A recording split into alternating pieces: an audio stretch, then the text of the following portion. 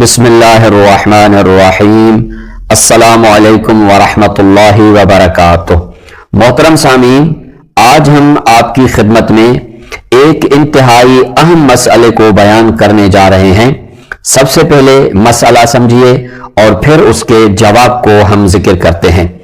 مسئلہ یہ ہے کہ اگر کوئی خاتون حالت حیض میں مر جاتی ہے یا حالت جنابت میں مر جاتی ہے تو اب اس خاتون کو 3 غسل ہو گئے، ایک حیض کا غسل، ایک جنابت کا غسل اور ایک میت کا غسل۔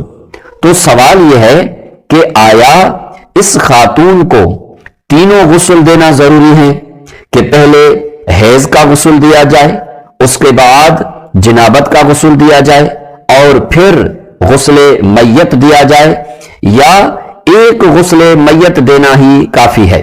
اور اس طرح سے دوسرا سوال یہ بنتا ہے کہ اگر کوئی مرد حالت جنابت میں فوت ہو جائے تو اس کے لیے بھی 2 غسل واجب ہو گئے، ایک جنابت والا غسل اور ایک غسل میت۔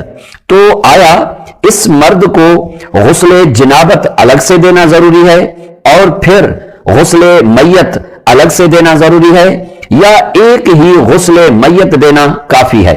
تو یہ مسئلہ ہے۔ اب اس کا جواب یہ ہے کہ ایسی خاتون کو جو حالت حیض میں فوت ہو گئی ہو یا حالت جنابت میں فوت ہو گئی ہے تو پھر اس عورت کو فقط اور فقط غسل میت دینا ہی کافی ہے۔ اور اسی طرح سے اگر کوئی مرد حالت جنابت میں فوت ہو گیا ہو تو اس کو بھی فقط اور فقط ایک غسل میت دینا ہی کافی ہے، الگ الگ سے حالت حیض، حالت جنابت اور پھر غسل میت دینا ضروری نہیں ہے، بلکہ فقط غسل میت دینا ہی کافی ہے، جو تینوں غسلوں کے برابر ہو جائے گا۔ فقط اور فقط غسل میت دینا ہی کافی ہے۔